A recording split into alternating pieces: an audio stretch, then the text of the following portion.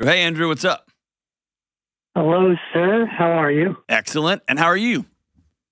I'm good. It's very strange hearing your voice at a normal speed. I always have my podcast at double speed. Yeah, I did that recently. I had an interview, and then I thought the person I was interviewing was really bored and hating the interview. And I realized, I only listened to them at 1.75 speed or 1.5 speed. So, anyway, yes, Yes. I talk a little bit slower in real life, but not a lot.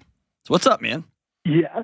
Hey, not much. I just have a question. It's kind of on behalf of all Gen X fathers out there. And so it's two-pronged. The first aspect of it is pretty straightforward. Just kind of want to get your thoughts on when do you let your kids watch what movies? Now, the background is you cut me open. I have film reel coming out of my blood, okay? That's like, I am just the biggest movie buff you'll ever know. Like, Siskel and Ebert had nothing on me, basically. Okay.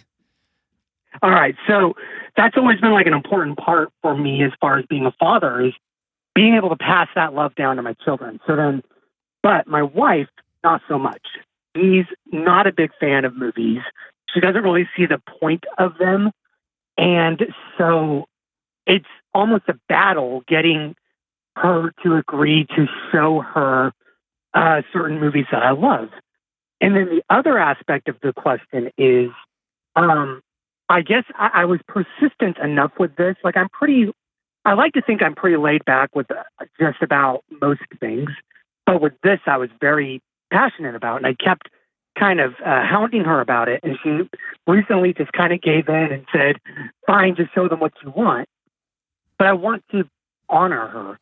I don't want to just be like, haha, I won and show them whatever. I'm not going to show them like John Wick. I want to find the line to balance honoring my wife, but also honoring what I like about being a dad and showing my kids a bit of that magic that I grew up with. Okay. You have I'm gonna burst every bubble you got. So are we hanging on? We're on the same team here? Yes, sir. All right. Your job as a dad is not to force feed your kids the things that you love that gave you life and that continue to give you life. Your job as a dad is to teach them what being deeply passionate and committed and in love with a thing looks like so they can take that and apply it to the things that they naturally follow. Okay. And our world is crushed. It's being buried by parents who are trying to relive their childhood and their loves and their hobbies and their sports and their movies and their games through their kids. Okay. And so I would tell you, dude, I'm the same way with guitars. I love them. I'm obsessed with them. I've got them all over they're everywhere. And my kid plays the violin.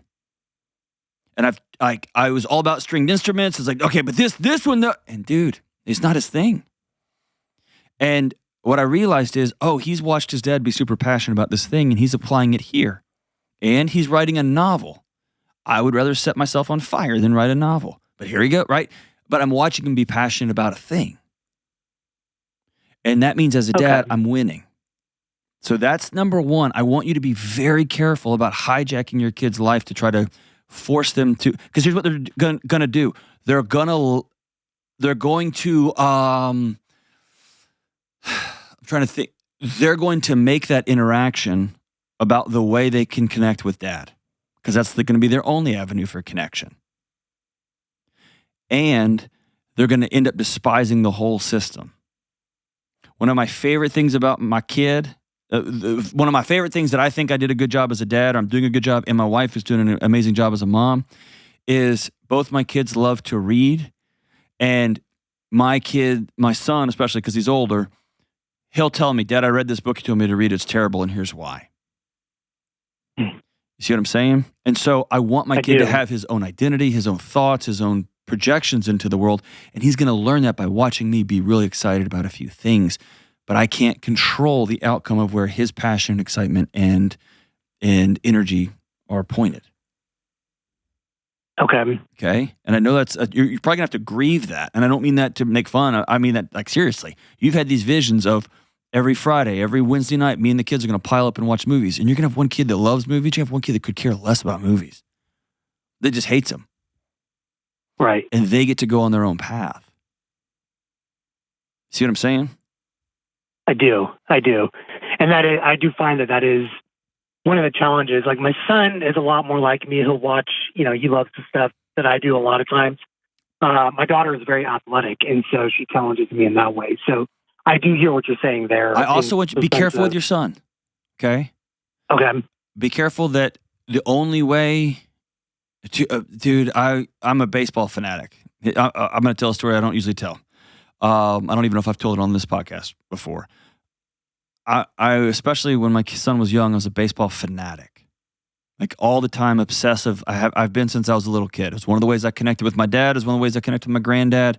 I grew up a huge Astros fan. I'm just like lunatic about it. As soon as my son was wobbly enough to hold a glove, I was throwing a ball to him. And we went to Little League, we went to all the stuff, we went to play baseball. And then I'd go work, and I had a really demanding job. It was 24/7, and I would crash. And when I moved to Nashville, I bought the Astros ticket, the Astros season ticket. That was my gift to myself for getting a fancy job. And I would crash on the couch, and then my son I'd try to get him to come watch the Astros, come watch them. And he would. Hey, Dad, are we going to watch a game tonight? Hey, Dad, are we going to go do... And I realized after this question, hey, Dad, do you love me as much as the Astros? And I remember just like a knife in my chest. Because he was all into baseball, because that's how he was able to get to me.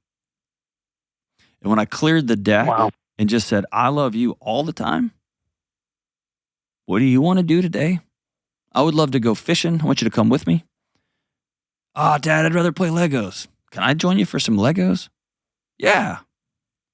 Or when he came to me in middle school and said, hey, man, I'd like to try out for theater, which means I don't want to play baseball this spring. Is that okay? I've never been more proud as a dad. And so I tell you that to tell you, one of your kids may be all into movies, and one of your kids may be all into being around Dad, and this is the only way he can get to Dad. And this is not just you, man. This is dads who are obsessed with golf, obsessed with tennis, obsessed with baseball, obsessed with any obsession. We want to teach our kids what love looks like, what passion looks like, what devotion looks like. We want to teach them those skills, and then they're going to take that wherever it goes. The second thing about when to watch what and whatever, I want you to go back when this episode airs, and I want you to listen to how many times you said I. And we, me and my wife. Beneath y'all two are these kids.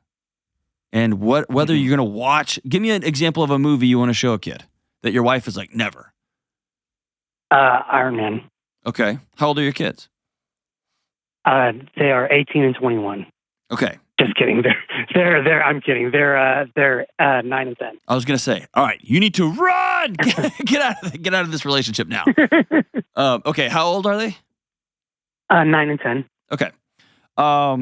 And what is she concerned about when watching Iron Man? Well, I'll give you a better example that I can answer this question. Titanic is one. Okay. When she looks at that movie, when she thinks of that movie, she only thinks of that one scene. Okay. And, but I look at it as this is a great historical film. Now, I'm not going to show this to them at that age, but like, I obviously know to wait a year or two, but like, she's very much like, if you have to skip anything in a movie, then the whole movie is trash and it's not worth it. Okay. So that's kind of how she approaches it. And I approach it as, well, it's a 1-minute scene in a 3-hour movie where you skip right over it. Okay.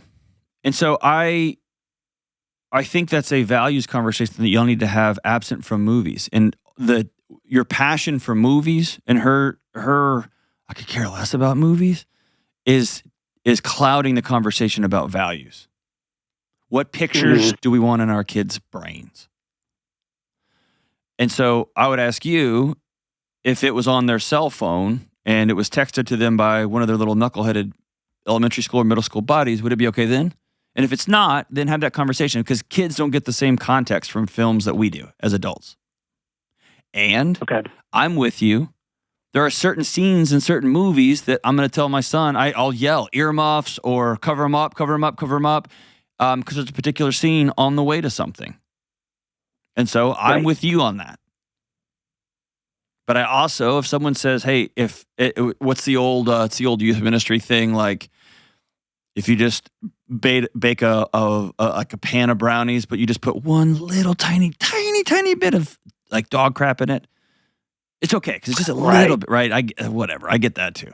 But the deal is, y'all need to have a conversation about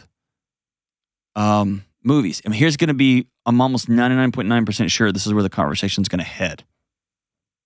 Your wife doesn't like all the things that you watch.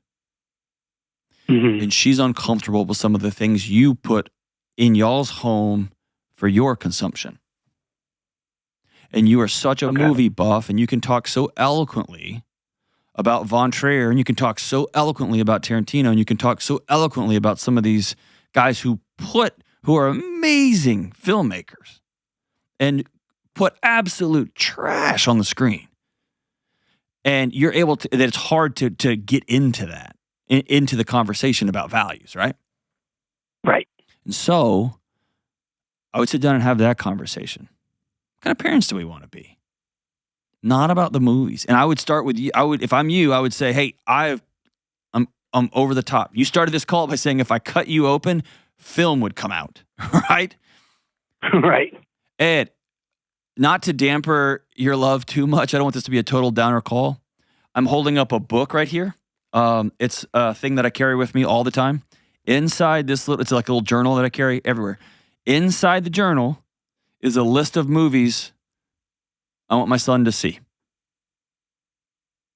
Okay? It's a big deal to me. I need him to see the movies that shaped me growing up and the ones that inspired me. And I showed him Braveheart, and I was devastated when he went, I like Gladiator better, right? I was like, what? Right?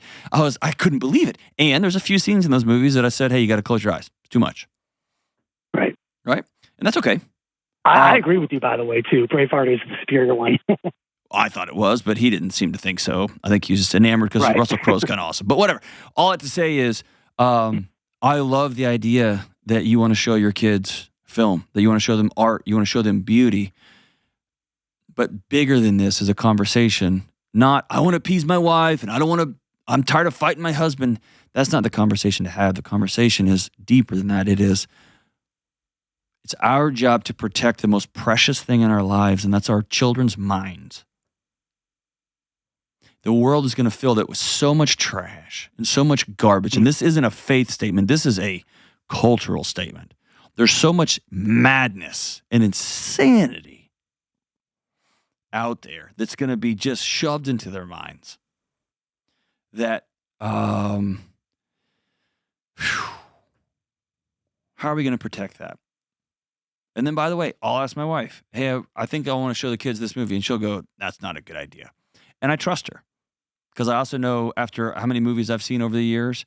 And by the way, I'm not, it wouldn't come out, like film wouldn't come out of my blood, but I love movies a lot. I love them. But I know I'm desensitized.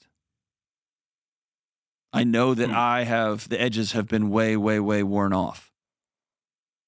Dude, I remember a comedian I watched, he did a series. I watched the first one, and it was so good I wept. Like, artistically, it was beautiful. The end message was just staggering. I cried. And my wife walked in the door, and I said, hey, husband card, I'm pulling it. I've only pulled it like twice in our whole marriage. And I was like, you have to sit down right now, drop everything you're doing, you have to watch this with me. I'm watching it again. And she was like, wow, you don't ever do that. So here we go. And within like 3 minutes, it was so vulgar. I was like, all right. I was like, I'm done. And she was like, okay, good. And she got up and just walked out. Like I had missed it. I'd missed it because I got so, I am just so have melted my brain on some of that stuff. Okay. So all I have to say is get to a point where you can honor her judgment on that and get to a deeper point. I wanted to show my son, I wanted him to have a few pictures of what abject bravery looks like, even in a fictional character. Mm-hmm. It's pretty cool to have William Wallace in your head. It's pretty cool to have Russell Crowe in your head, right? In that particular movie. Yeah. And so I want him to have a picture of that, and I don't want him to have all of the beheadings in his head, right? Not yet. He's too young. Right. Both and. Does that make sense about this values conversation? It does. It does. And that's where it gets kind of tricky, is because I feel like we both agree for the most part on things, but then it just gets down to the minutia, of like just how much violence is acceptable. That's where it gets kind of tricky. And then it's just. And let's go case by case. Let's go case by case. And I think it's fair to ask her, please don't give up on me, because I want to do this right. And also, I know that I'm really worn down, and I miss how scary things can be, and I miss how violent things can be. And I'm 28. I'm 32. One second boob scene from Titanic isn't going to it's just like a pass, and it might freeze an 11-year-old, and that image may flash freeze in their brain for eternity, right? Hmm. And so that's where having another parent with some wisdom, that's why having two parents is amazing. You balance each other out. But I think it's when both of you get sick of the conversation and one of you just quits, right? That is contempt. That is resentment. That's the path, right? Towards like just whatever. Right. If you're going to keep rubbing my values in my face, that's a different thing. Then what about this? What about this? And so maybe you make a list of 10 movies that you really want your kids to see. And that can be a conversation. But I think the whole thing starts with, honey, I have become so obsessed with this thing that I've kind of lost sight of you and of these kids. And I want to have a conversation about entertainment and about our minds and about what we think is funny and valuable and yada, yada, yada, and then go from there. Because probably what she's going to find is she's frustrated that maybe her kids are lost to this idea of movies, or her kids are being lost to the idea of trying to find dad, and he's always up there watching TV, or I bet there's deeper things going on here. So I'm really, really grateful for the call. And because of the fact that you opened up, a lot of men especially, but men and women, moms and dads, are going to sit there and go, oh, that's me. I'm shoving the things I love down my kid's throat. I'm dragging them behind the car of my ambitions and my passions and my things. And they either are so road rash from getting dragged behind the car, or they're sitting in the front seat because that's the only place they can stay safe. Man, just teach them to be wildly passionate and what hard work looks like and what contemplation and love and commitment looks like. Let's teach them those skills so they can run wild. And let's also protect those minds. Protect them, protect them, protect them, protect them. Because if you don't, God knows no one else will. Thanks for the call, my brother.